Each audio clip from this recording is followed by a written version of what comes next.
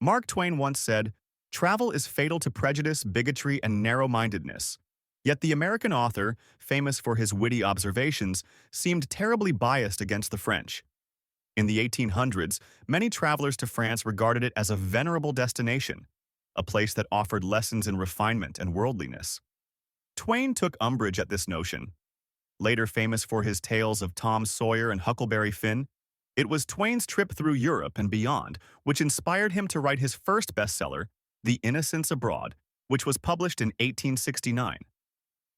Twain visited France frequently from 1867 to 1895, yet he appeared to hate every minute of it and was sarcastic about everything he witnessed: the railway system, the uniformity of the gardens, the elegance of Paris.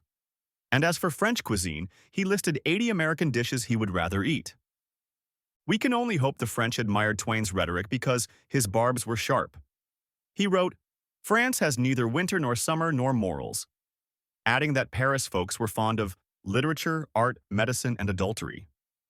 Casting himself as a loudmouth tourist, he said, "In Paris they simply opened their eyes and stared when we spoke to them in French." We never did succeed in making those idiots understand their own language.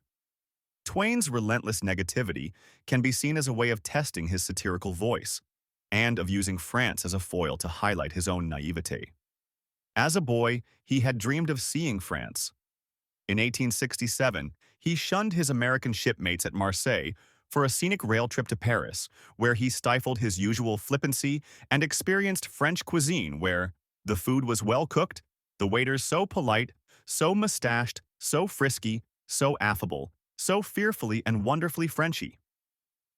This trip inspired Twain to write The Innocents Abroad, its humor helped by the cultural collisions between his own tour group of American pilgrims and old Europe. In the spring of 1879, the Twain family lived in Paris as he wrote another travel memoir, A Tramp Abroad. He rented a studio at 8 Rue de l'Orient in Montmartre. Despite his wife's dissatisfaction with French people, French sexual standards, and French weather, they returned in 1891. Twain joined a boat tour of the Rhône, stopping at Lyon, Nimes, Avignon, and Arles. In a letter, the author said he was enjoying visiting small settlements and surrendering both newspapers and his conscience to a coma of lazy comfort. Between 1893 and 1895, Twain immersed himself in French literature and assembled a photo album, a virtual who's who of well-known French writers, which compelled him to learn about their culture. During this prolonged stay, Twain added to his decade-long research into his historical novel, The Personal Recollections of Joan of Arc, his own favorite piece of writing. Mark Twain's contempt for France softened as his literary success grew. The writer who initially protested too much had, it seemed, fallen for France's charms.